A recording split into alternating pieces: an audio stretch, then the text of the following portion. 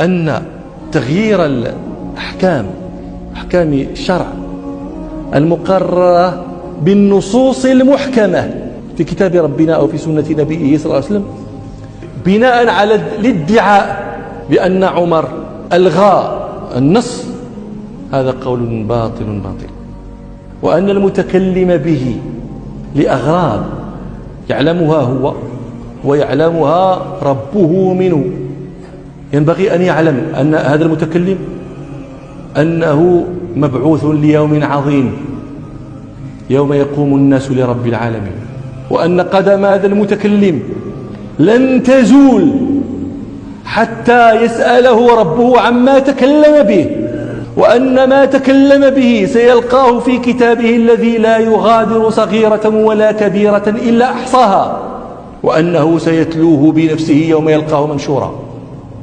وكل إنسان ألزمناه طائره في عنقه ونخرج له يوم القيامة كتابا يلقاه منشورا اقرأ كتابك كفى بنفسك اليوم عليك حسيبا.